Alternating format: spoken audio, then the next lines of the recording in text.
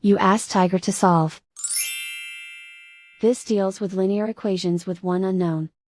The final result is x equals -2. Let's solve it step by step. Group all x terms on the left side of the equation.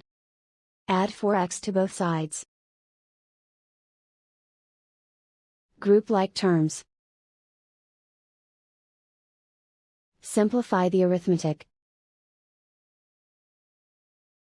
Group like terms. Simplify the arithmetic. Group all constants on the right side of the equation. Subtract 15 from both sides. Simplify the arithmetic.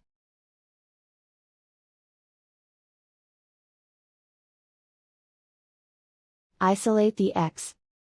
Divide both sides by 11. Simplify the fraction. Find the greatest common factor of the numerator and denominator. Factor out and cancel the greatest common factor.